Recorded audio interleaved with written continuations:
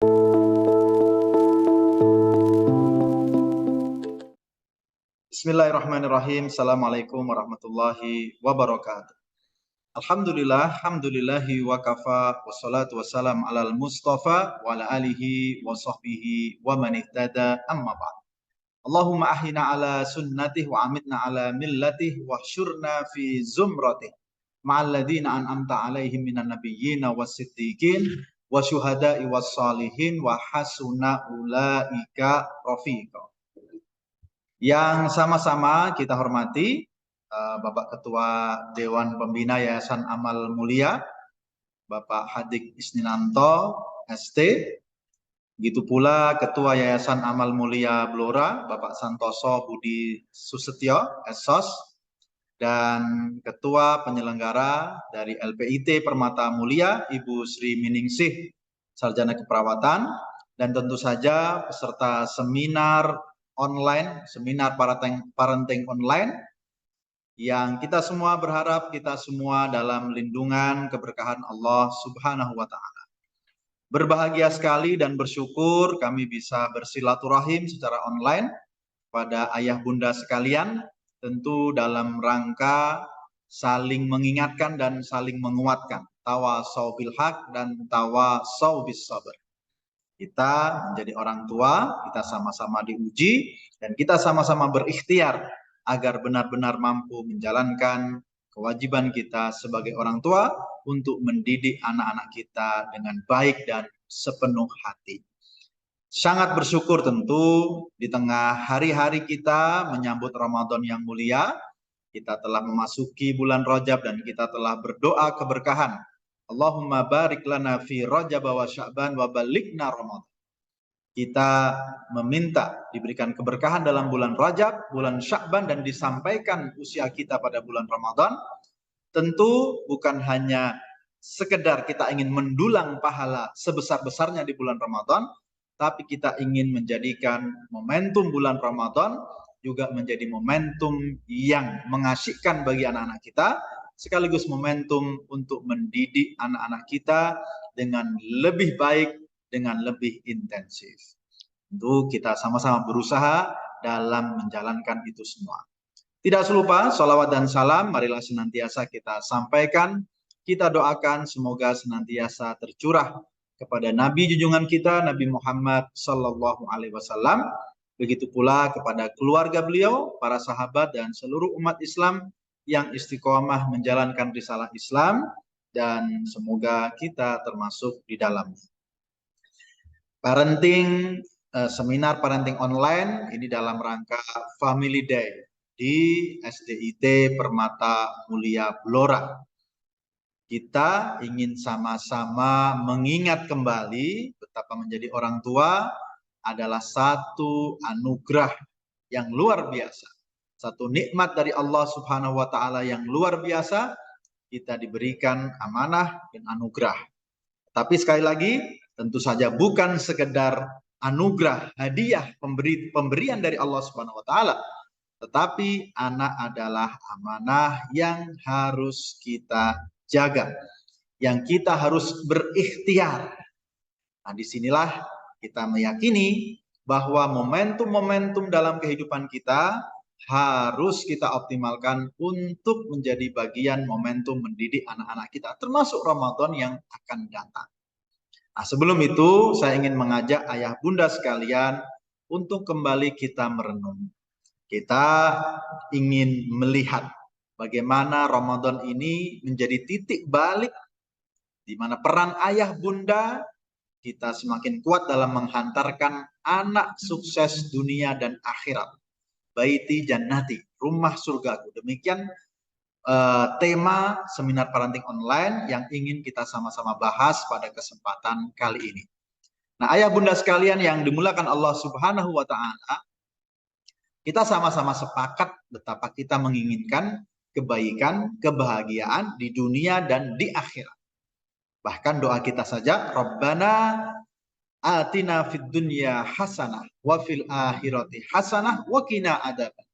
Kita ingin mendapatkan kebahagiaan dunia dan juga kebahagiaan akhirat. Dan tentu semua itu lebih optimal jika kita nikmati bersama orang-orang yang kita cintai. Maka ada 3 hal yang perlu kita renungi terlebih dahulu, bagaimana misi kita sebagai orang tua. Bagaimana visi kita sebagai orang tua yang harus kita sukseskan. Yang pertama ada namanya ikhtiar kita. Ikhtiar kita di dunia adalah visi untuk menjaga diri kita dan anak keluarga kita semuanya untuk menjauh sejauh-jauhnya dari neraka. Surat At-Tahrim ayat 6 jelas memberikan visi itu, visi besar dalam kepala setiap orang tua. Ya ayyuhalladzina amanu qu anfusakum wa ahlikum nar. Wahai orang-orang yang beriman, jagalah dirimu dan keluargamu dari api neraka. Maka ini ikhtiar yang harus kita jalankan sepanjang kehidupan. Karena ukurannya adalah nanti baru bisa kita lihat hasilnya, baru kita bisa dibilang sukses sebagai orang tua sepenuhnya adalah benar-benar ketika bisa menjauhkan keluarga kita dari api neraka, alias kita berkumpul kembali di surga. Maka dunia ini sebenarnya ikhtiar kita. Maka kita bertemu dalam seminar parenting online seperti ini maupun offline dalam rangka menguatkan supaya kita bersabar dan bersemangat dalam ikhtiar tersebut. Nah, kenapa? Karena nanti ada fase evaluasi. Setelah kita berikhtiar, ada fase evaluasi di yaumil hisab, di padang mahsyar, di mana kita ketika bertemu dengan anak kita, istri kita, keluarga kita yang lain, karena beratnya evaluasi tersebut, kita tidak saling menyapa, bahkan saling menjauh. Surat Abasa menggambarkan hal ini. Yauma yafirrul mar'u min akhihi wa ummihi wa abihi wa sahibatihi wa bani likulli imri'in minhum yauma idin sya'nu yughni. Betapa hari itu semuanya menjauh. Seorang dengan saudaranya, suami dengan istrinya, bapak dengan anaknya, menjauh karena memikirkan evaluasi yang begitu berat. Tapi kita juga punya visi. Setelah kita menyelesaikan evaluasi tersebut, kita berharap kita berkumpul kembali di surga bersama keluarga kita semua. Dan itu diberikan kesempatan dalam surat Ar-Ra'd 32, Jannatu adn yadkhulunaha wa man sholaha min abaihim wa azwajihim wa dzurriyyatihim. Ada surga adn, tempat berkumpul para keluarga yang soleh. Reuni yang paling bahagia adalah di surga kelak. Ketika kita menjalani lebaran di masa pandemi misalnya, kita mungkin bahagia dengan Ramadan dan lebaran, tetapi ketika tidak bisa mudik, tidak bisa berkumpul keluarga, tidak bisa halal bihalal, ternyata kebahagiaan itu menjadi tidak sempurna. Maka demikian pula visi kita adalah berkumpul kembali bahagia di surga. Nah, tentu bagaimana kita mendapatkan itu semua?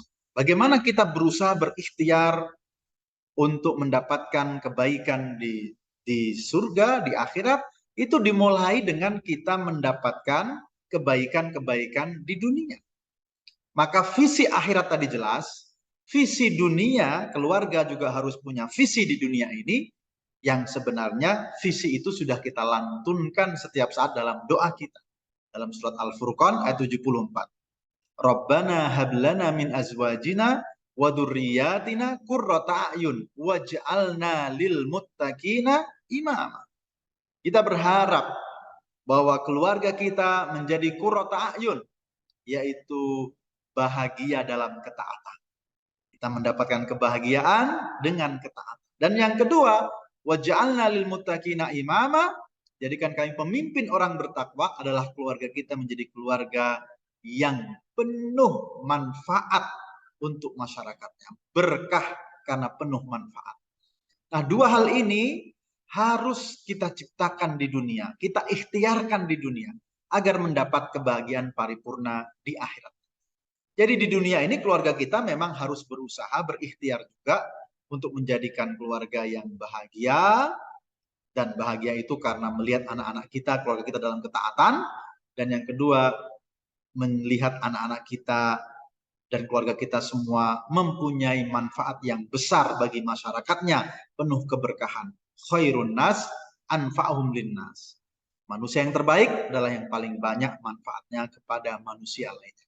Ayah bunda sekalian, para orang tua murid di SDIT Permata Mulia Blora, yang insya Allah dalam lindungan keberkahan Allah Subhanahu Wa Taala, itulah idealnya kita berusaha menjaga keluarga kita untuk on the track, yaitu mendapatkan visi di dunia, ikhtiar kita untuk di dunia, yaitu mendapatkan qurrata a'yun, kemudian mendapatkan waj'alna lil muttaqina imama, jadi keluarga yang bahagia karena ketaatan, jadi keluarga yang berkah karena kemanfaatan, tetapi juga kita harus dengan dua itu, kita berharap insya Allah kita mendapatkan akhir yang baik, yaitu berkumpul kembali di surga dan menuntaskan misi dan visi sebagai orang tua.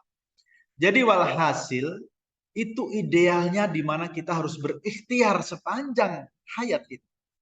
Tidak ada yang lulus ya dalam sekolah menjadi ayah, atau lulus kita merasa selesai menjadi orang tua ketika anaknya menikah. Tidak. Ada yang merasa selesai menjadi orang tua ketika anaknya sudah sekolah atau sudah kuliah. Tidak juga. Betapa banyak ternyata permasalahan masih senantiasa ada meskipun anak sudah menikah, bahkan sudah punya cucu. Ternyata itulah bagian dari ikhtiar kita. Jadi ayah bunda sekalian, jangan berharap kemudian ketika sekolah usai, kemudian permasalahan usai, kita sebagai orang tua tetap berusaha berikhtiar sepanjang hayat. Nah, ikhtiar ini sekali lagi tentu menjadi hal yang harus kita sama-sama kuat. Berat sekali. Baru bulan November yang lalu saya mendengar, kita lihat di berita ya betapa satu peristiwa musibah yang begitu memprihatinkan. Saya sedikit bercerita. Jadi ketika itu ada seorang gadis, ya, seorang lebih tepatnya putri kelas 5 SD, usianya 11 tahun, yang dia pagi hari itu sebagaimana hari-hari biasanya, di rumah kita juga demikian, dia sudah siap dengan seragam sekolahnya, dia tinggal menunggu sarapan disiapkan oleh orang tuanya, dan dia tinggal menunggu ayahnya mengantarkan ke sekolahnya sebagaimana hari-hari biasa. Tapi ternyata tidak pada hari itu, karena kedua orang tuanya bertengkar hebat. Suami istri itu sudah saling berencana untuk berpisah, bercerai, dan bahkan sudah mulai membahas siapa ikut siapa. Sang istri ngotot, sang istri ingin bahwa gadis kecil tadi, putri sulungnya yang umur 11 tahun bersama dia. Dan ini menimbulkan kemarahan luar biasa bagi sang suami. Maka sang ayah, sang suami ini ya, sang ayah mendekati putrinya yang sudah siap untuk bersekolah dan ditanya, apa benar kamu nanti akan ikut ibumu kalau ayah ibumu bercerai? Ayah bunda sekalian, bisa dibayangkan pertanyaan apa ini? Di pagi hari yang seharusnya cerah ceria, bersemangat berangkat sekolah, ternyata sang ayah memberikan pertanyaan yang sangat-sangat menyedihkan. Dan dia tidak bisa menjawab. Gadis kecil ini dia tidak bisa menjawab. Dia shock dengan pertanyaan. Maka akhirnya karena ketika dia terdiam, maka sang ayah semakin kalap, dipukuli anak gadis tersebut, diseretnya ke kamar belakang, dipukuli lagi, dan bahkan ada yang menggunakan senjata tajam, maka berakhir dengan meninggalnya sang gadis di tangan ayahnya sendiri. Ayah bunda sekalian yang dimulakan Allah Subhanahu wa taala, ini adalah gambaran betapa episode menjadi orang tua, menjadi ayah begitu berat. Betapa berat seorang yang seharusnya melindungi sang gadis, melindungi putrinya, ternyata justru kemudian menyakiti dan bahkan menghilangkan nyawanya. Maka disinilah kita sebenarnya ingin merenung, kita ingin saling mengingatkan di antara kita semua untuk meningkatkan kesabaran dalam mendidik anak. Nah, kita ingin memberikan ikhtiar-ikhtiar. Dan di ikhtiar-ikhtiar tersebut, saya yakin Ramadan adalah momentum yang paling tepat untuk kita menjalankan ikhtiar tersebut. Walaupun kita juga tahu bahwa ikhtiar tentu berlaku sepanjang kehidupan. Sepanjang kita menjadi orang tua. Nah, apa saja ikhtiar? Ada 3 yang perlu kita bedakan. Pertama, ikhtiar kita ke dalam diri kita sebagai orang tua. Yang kedua, ikhtiar kita, usaha kita kepada anak-anak kita. Dan yang ketiga adalah ikhtiar kita untuk mengetuk kemudahan, mengetuk ridho dari Allah Subhanahu wa taala, ikhtiar langit. Kita menyebutnya ikhtiar langit. Yaitu bagaimana kita berikhtiar yang kemudian sehingga Allah Subhanahu wa taala menolong kita, memudahkan kita untuk menjadi orang tua yang terbaik bagi anak. Nah, kita lihat satu persatu dan bagaimana korelasinya dengan memanfaatkan momentum Ramadan untuk itu semua. Yang pertama adalah ikhtiar ke dalam diri kita sendiri. Apa itu? Bagaimana kita benar-benar menjadikan Ramadan ini, ayah bunda sekalian, menjadi momentum perbaikan diri kita sehingga kita layak untuk diteladani oleh anak-anak kita. Di mana-mana kunci parenting itu tidak akan jauh-jauh mulai dari diri sendiri. Diingatkan di dalam Al-Quran, ku anfusakum wa ahlikum naro, jagalah dirimu terlebih dahulu.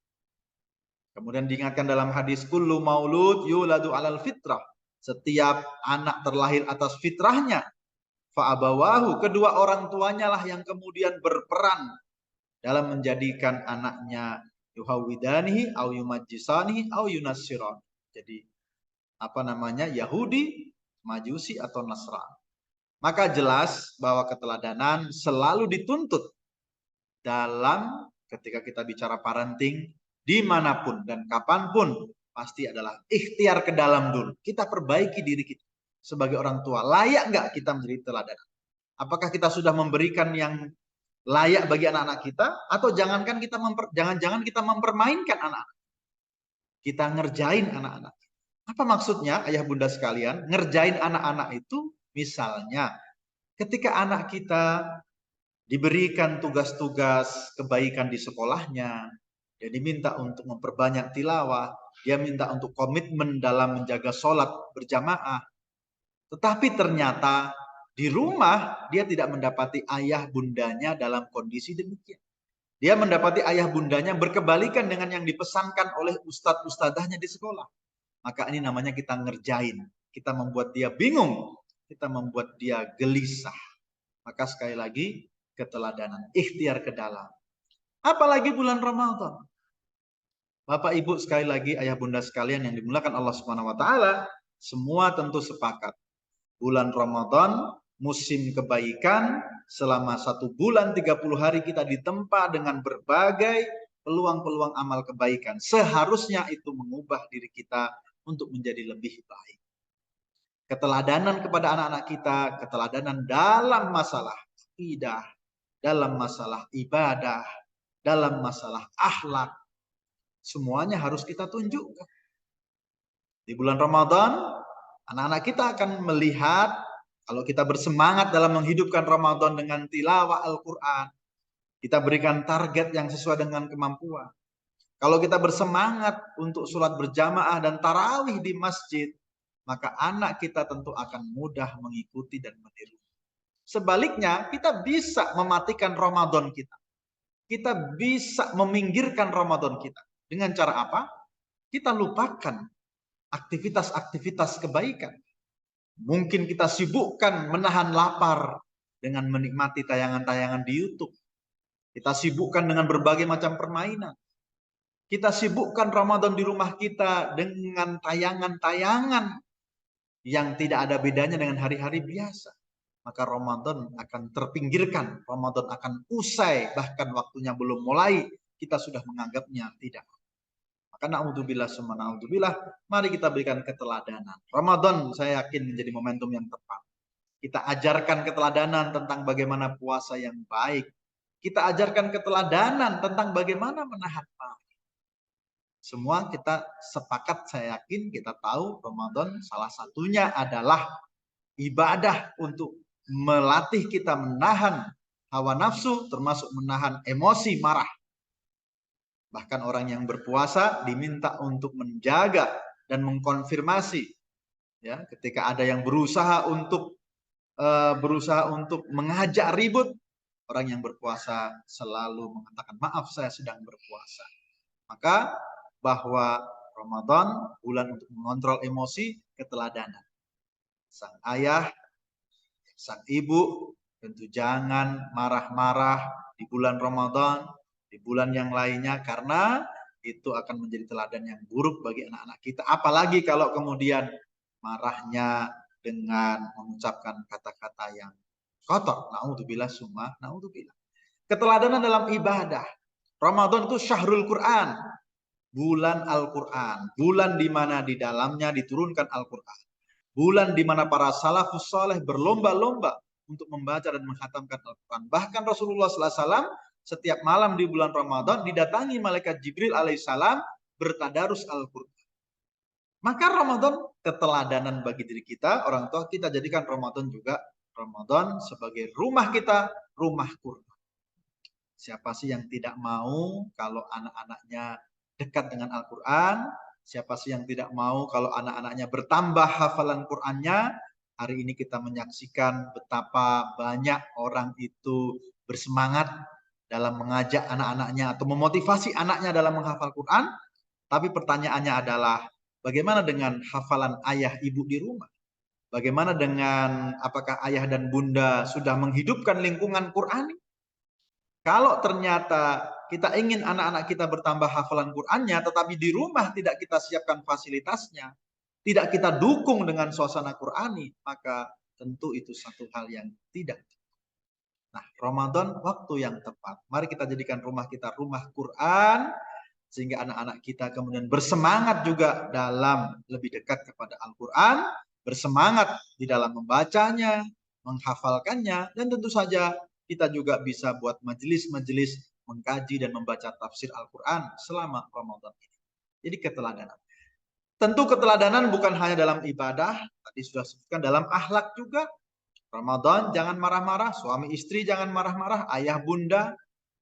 Karena kalau kemudian suami istri itu marah-marah, apalagi pada tahapan yang berat, maka anak kita juga akan berpikir ya, bagaimana puasa ayah ibu saya? Apakah puasanya utuh pahalanya atau jangan-jangan berkurang?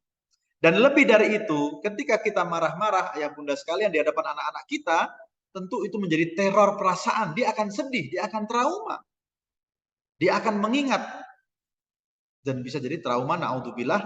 Banyak kejadian ketika sang ayah misalnya berlaku kasar dan keras kepada sang ibu di hadapan anak-anaknya, anak putrinya ada yang kemudian memutuskan untuk membenci kaum laki-laki, tidak mau menikah, bahkan naudzubillah bisa terseret pada LGBT dan lain sebagainya. Naudzubillah summa naudzubillah.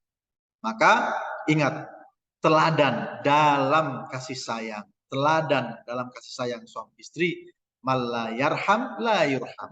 Siapa yang tidak berkasih sayang tidak layak untuk diberikan kasih sayang juga. Maka keteladanan penting kita dalam di bulan Ramadan dalam masalah ibadah, keteladanan dalam masalah akhlak, menjaga emosi kita, dan apalagi keteladanan dalam masalah memanfaatkan momentum Ramadan. Bapak, Ibu, Ayah, Bunda sekalian, kita ingat Ramadan, ada Ramadan yang gagal, ada yang sukses. Yang sukses tahu kita tentu mereka yang soma Ramadan imanan wahtisaban. Maka ghufirallahu ma taqaddama min. Tapi ada yang Ramadannya gagal. Yaitu raghima an rajulin dakhala alai Ramadan falam yukfaru lahu. Celaka kata Rasulullah SAW ya. Ada seorang yang sudah mendapati Ramadan ternyata dosa-dosanya tidak diterima.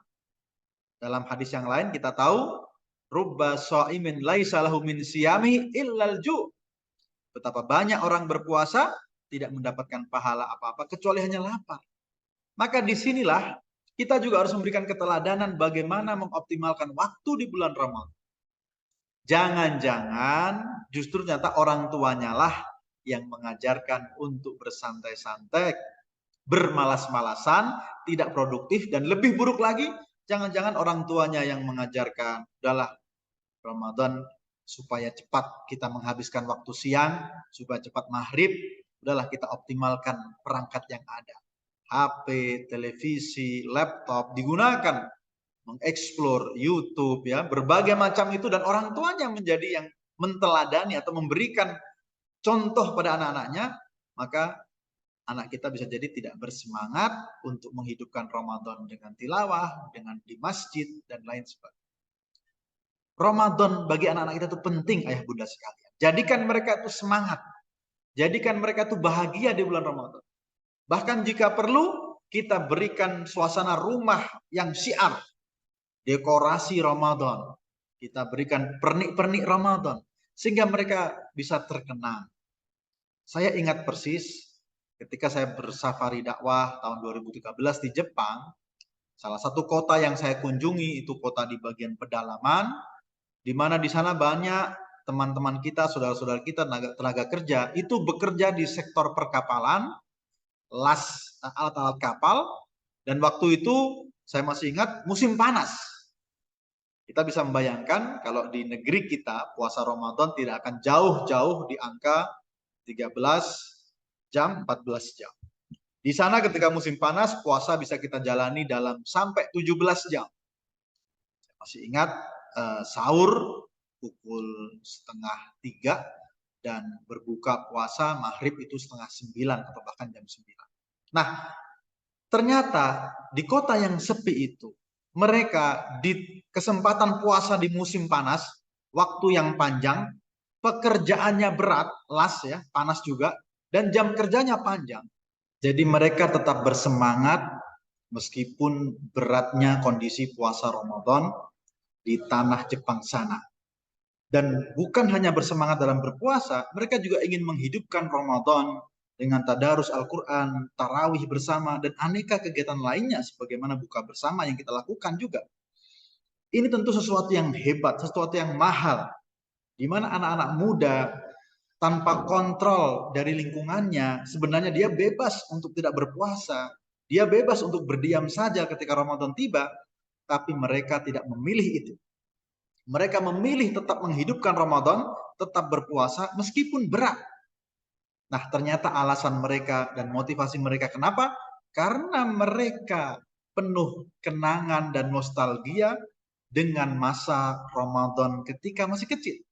Masa Ramadan yang begitu indah di masa kecil mereka, ternyata itu disimpan terus dalam hati untuk kemudian menjaga keimanan mereka meskipun sudah di negeri orang. Artinya apa, ayah bunda sekalian? Kesempatan Ramadan jangan kita lewatkan. Benar-benar jadikan Ramadan itu penuh kesan bagi anak-anak kita. Mengasihkan, penuh kenangan. Ternyata siapa tahu itulah yang akan menjaga keistiqomahan mereka kelak ketika dewasa, kelak ketika di negeri antah berantah yang bisa jadi berat menjalankan Islam di negeri tersebut. Maka semuanya sekali lagi kita mulai dengan keteladanan kita. Langkah ikhtiar yang pertama, ikhtiar ke dalam, bagaimana memperbaiki diri kita agar layak menjadi teladan bagi keluarga kita, dan kita mulai dengan datangnya Ramadan sebagai momentum yang penting dan tepat untuk itu.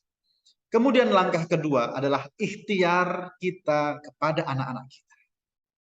Nah, disinilah kita memainkan dua hal yang sama-sama penting. Bagaimana ada waktunya kita menjadi sahabat yang dekat penuh cinta. Dan ada waktunya juga kita menjadi pendidik, pelatih, instruktur yang penuh ketegasan dan memotivasi serta mengarahkan. Dua-duanya sama-sama penting karena bukankah kita ingin menjadikan anak kita sebagai waja'alna lil muttaqina imama, menjadi pemimpin orang yang bertakwa, menjadi mereka yang menebarkan manfaat bagi masyarakat. Maka langkah kedua, ikhtiar kepada anak kita, bagaimana kita menjadi sahabat yang dekat, tapi juga menjadi pendidik yang hebat untuk anak-anak kita. Kita bahas menjadi sahabat yang dekat terlebih dahulu. Ternyata secara angka, secara data, statistika, negeri kita ini, ayah bunda sekalian, ada angka yang cukup memprihatinkan, karena ternyata negara Indonesia peringkat ketiga dianggap sebagai fatherless country, negeri tanpa ayah. Bukan berarti ayahnya sudah tiada, tetapi ayahnya masih ada, tetapi tidak ikut dalam proses pengasuhan tumbuh berkembang anak. Kenapa? Karena sang ayah pergi entah kemana atau sibuk dengan urusannya, entah bekerja atau berusaha, tapi intinya ayah tidak fokus dalam mendampingi anak-anak. Maka benar, bagaimana kita menjadi dekat, ini adalah tantangan berat kita. Menjadi sahabat yang dekat bagi anak-anak kita. Dan menjadi dekat ini bukan berarti kemudian kita sekedar kemudian ingin, oh kalau begitu tinggal jalan-jalan, tinggal makan-makan, tinggal foto-foto, lalu kemudian menjadi dekat. Tentu berbeda. Kebersamaan dalam momentum-momentum kesempatan itu tentu mulia. Tetapi kedekatan ini harus berawal dari komunikasi dari hati ke hati. Bulan Ramadan, saya yakin kita bisa lebih dekat kepada anak-anak kita karena momentum untuk dekat itu ada. Momentumnya ada. Kita bisa mengajak tarawih bersama. Kita bisa bahkan tentu berbuka bersama, sahur bersama, kurang apa? Momentum dekat. Biasanya mungkin jarang makan bareng-bareng karena masing-masing sibuk dengan urusannya. Ada yang bekerja, ada yang sekolah. Tapi kalau sahur bersama, tidak ada pilihan. Ya, kebersamaan pasti muncul peluangnya dalam sahur bersama. Tapi apapun itu, kalau tanpa komunikasi, maka itu hanya sekedar bareng-bareng saja. Bareng-bareng makan, bareng-bareng tarawih, bareng-bareng buka bersama, bareng-bareng kulineran, bahkan bareng-bareng mudik. Tapi kalau masing-masing sibuk dengan gadgetnya ya sama saja. Maka yang menunjukkan dekat itu adalah dua hal. Pertama, bahasa cinta. Yang kedua adalah komunikasi yang terbuka. Bahasa cinta, semua orang punya bahasa cinta yang berbeda-beda, kecenderungan yang berbeda-beda, tapi hendaklah kita memilihnya yang terbaik untuk anak-anak kita. Ada bahasa cinta yang berupa sentuhan, kita peluk, kita belai, kita usap, kita belai rambutnya. Kalau masih kecil tentu kita gendong juga, kita pangku. Itu bahasa cinta. Bahkan bahasa cinta juga berawal dari panggilan, sebagaimana Rasulullah SAW memanggil Ibunda Aisyah dengan ya Uwaisi, ya Humairah. Kita juga bisa memanggil bahasa penuh cinta kepada anak-anak kita, ya Bunaya, ya wahai Ananda, wahai jagoanku, ya. Dan menunjukkan kedekatan. Dan bahasa cinta tentu bisa dengan memberikan hadiah, karena tahabu dan Ramadan, saya yakin untuk menyemangati anak-anak kita bisa berikan hadiah di awal sebagai pengkondisian, oh Ramadan tiba, ya kita mungkin siapkan dengan sarung atau pakaian ibadah atau mungkin bahkan buah-buahan kurma yang menjadikan mereka sadar, oh Ramadan benar-benar tiba nih. Jangan kalah dengan iklan-iklan di televisi. Tapi penting juga kita berikan hadiah sebagai bentuk apresiasi ketika mungkin mereka bisa beribadah sesuai targetnya, entah tilawahnya, entah tarawih, kita juga berikan hadiah dan itu tidak ada masalah. Ya. Memberikan hadiah tidak ada masalah. Tapi sekali lagi, kedekatan, bahasa cinta bukan hanya dengan hadiah, tapi dengan tadi hal-hal sentuhan, ya, komunikasi. Apalagi secara khusus bagi anak ayah ya. Lagi-lagi para ayah nih, mohon maaf ayah bunda sekalian, ayah harus dekat. Semuanya harus dekat, tapi ayah kepada anak putrinya tentu perlu lebih dekat lagi. Pada usia 10 tahun ke atas sampai 14 tahun, ayah harus mampu menarik hati sang putri, menjadikan cinta pertamanya. Ya, mungkin dengan pujian, dengan dipuji anaknya, digodain, bahkan tadi dibelai, diusap, ya. Kedekatan yang benar-benar kemudian anaknya akan kagum kepada sang ayah, mencintai sang ayah sehingga nanti dalam tumbuh kembang berikutnya dia tidak tumbuh menjadi gadis yang genit, gadis yang pandai mencari perhatian lawan jenisnya. Nauzubillah semua. Nah, bagaimana kita menjadi sahabat yang dekat selain dengan bahasa cinta, tentu dengan komunikasi. Waktu terbatas sekali, kadang-kadang karena kesibukan sang ayah itu datang-datang dia hanya bisa menginterogasi. Bukan berkomunikasi, tetapi menginterogasi. Karena pertanyaannya sama dengan menginterogasi. Sudah makan belum? Sudah sholat belum? Kapan tadi pulangnya? Sudah ngerjain PR belum? Sudah mandi belum? Nah, kalau seperti ini bukan komunikasi, ini interogasi, ini penyelidikan, investigasi bahkan. Maka komunikasi yang terbuka, kita mengambil inspirasi dari Nabi Ibrahim dan Ismail. Dalam surat As-Saffat 102, Nabi Ibrahim yang ketika itu mendapatkan perintah wahyu untuk menyembelih, dan dia punya otoritas untuk menyampaikan itu dengan tegas, tapi dia memilih bahasa fandur mada taro. Bagaimana pendapatmu, wahai Ismail, tentang ini? Bagaimana pendapat? Apa yang harus kita lakukan? Luar biasa ayah bunda. Ini komunikasi yang sangat luar biasa. Untuk urusan yang genting, untuk urusan yang berat, untuk urusan yang harusnya tidak bisa ditawar-tawar, Nabi Ibrahim tetap memilih kata fandur mada taro. Bagaimana pendapat? Tentu ini inspirasi buat kita. Supaya kita lebih suka, lebih sering untuk bertanya kepada anak-anak kita dengan komunikasi yang lebih terbuka. Bagaimana pendapatmu? Apa keinginanmu? Apa cita-citamu? Mana yang lebih kamu suka? Apa rencanamu dalam Ramadan ini? Jadi kita bisa buat musyawarah keluarga menyambut Ramadan. Kita buat target-target keluarga. Sehingga mereka sendiri yang bertanggung jawab. Dan sekaligus juga kita bisa persiapkan hadiah. Maka menjadi sahabat yang dekat itu sampai tentu yang kita inginkan adalah ketika kita bertanya, dia menjawab dengan semangat dan tidak perlu kita tanya, dia juga akan bercerita kepada kita. Dia akan bercerita, bahkan mungkin hal-hal yang sensitif, hal-hal yang mungkin bisa saja anak SD bercerita, seorang anak SD putri bercerita, Umi tadi di kelasku ada cowok yang mengagumkan, yang keren atau yang pandai, dia kagum ya. Dia bercerita, ya, itu adalah sesuatu hal yang berarti dia menganggap kita adalah sahabat dekatnya. Tidak ada yang perlu ditutup-tutupi dan itu satu hal yang harus kita syukuri. Jadi sahabat yang dekat. Tapi kita juga punya ikhtiar lainnya, yaitu menjadi pelatih, menjadi pendidik. Nah, disinilah kita harus bisa tegas. Ya, la tulhikum amwalukum wala auladukum an dzikrillah. Jangan lalai, jangan memanjakan. Saatnya menjadi sahabat ada yang dekat, menjadi pendidik juga ada. Menjadi pendidik berarti juga ada aturan-aturan yang harus kita tegakkan. Yang harus tegas.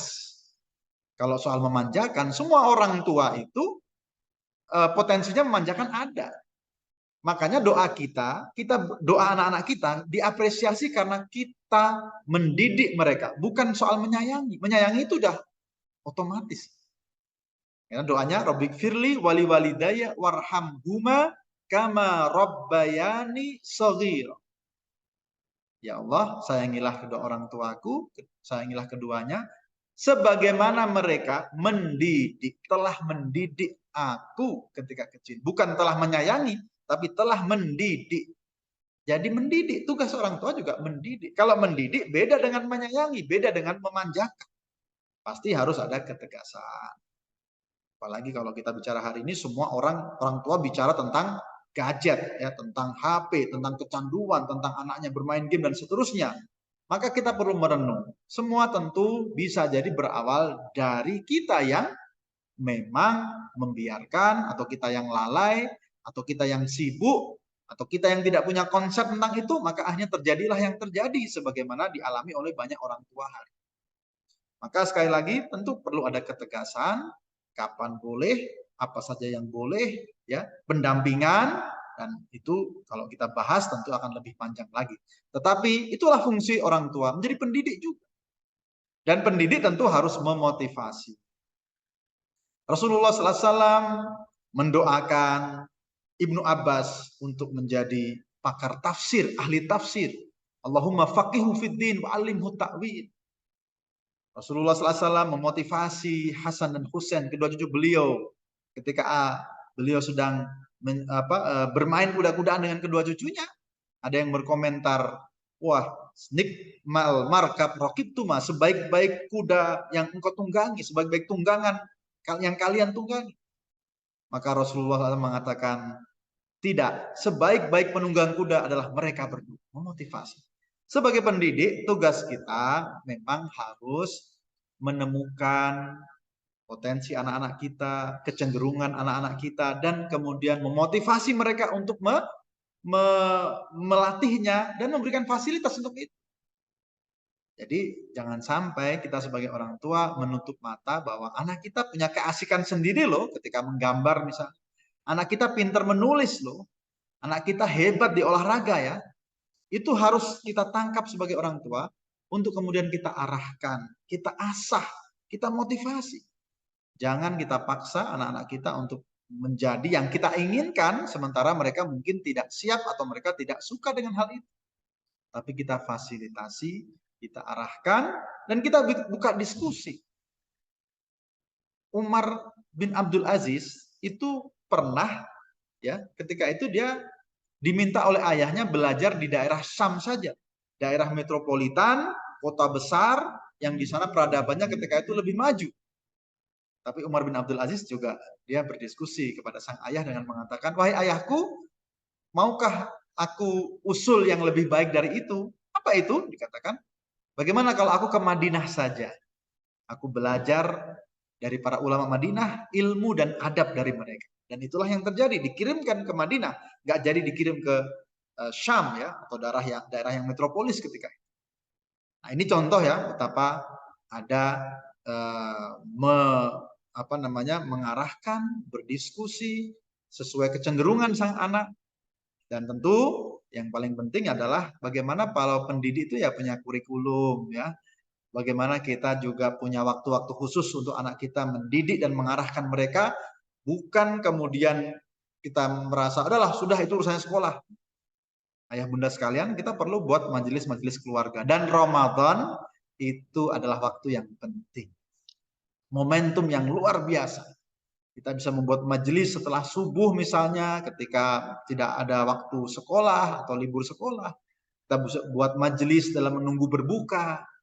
Di situ kita mewariskan ilmu, mewariskan cita-cita ya. Sekaligus di situ kita bermusyawarah agar mereka juga sadar ya bahwa orang tuanya sangat menghargai dan mengapresiasi.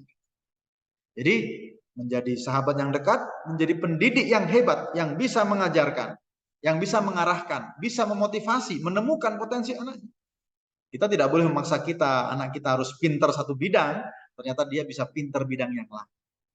Kita tidak, misalnya, ya, kita semangat menjadikan anak kita menghafal Quran, tetapi dia ternyata ada keterbatasan dalam hafalan, tapi dia pandai di bidang yang lain, maka kita bisa apresiasi. Jangan karena dia mungkin kurang dalam hafalan lalu seolah-olah dia tidak berhak untuk memberikan kontribusi di bidang yang lain. Dia masih bisa berhak. Dan kemanfaatan ini luar biasa banyak.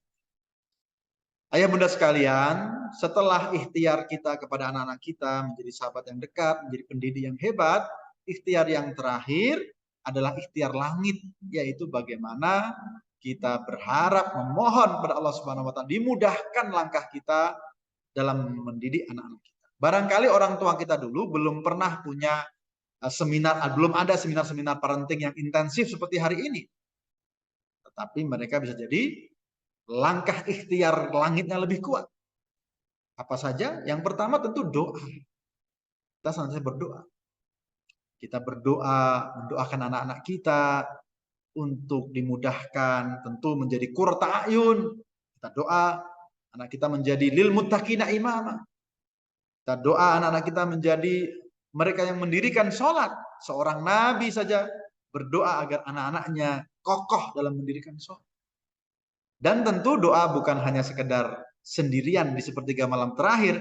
Kita juga bisa berdoa di hadapan mereka. Dan ini menjadikan lebih dekat.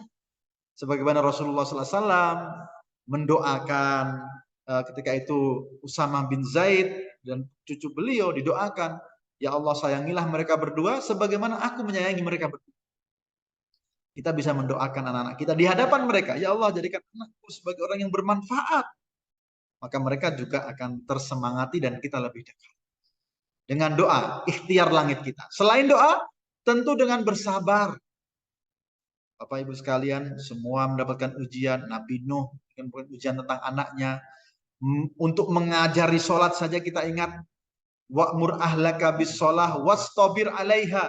ajaklah keluargamu untuk sholat dan bersabarlah. Rasulullah SAW mengingatkan dalam pengajaran sholat butuh 3 tahun kita untuk mengingatkan dan menumbuhkan kecintaan sholat pada anak kita. Dari 7 tahun sampai 10 tahun baru boleh dievaluasi, diberikan sanksi. Berarti butuh waktu yang panjang. Maka teruslah bersabar.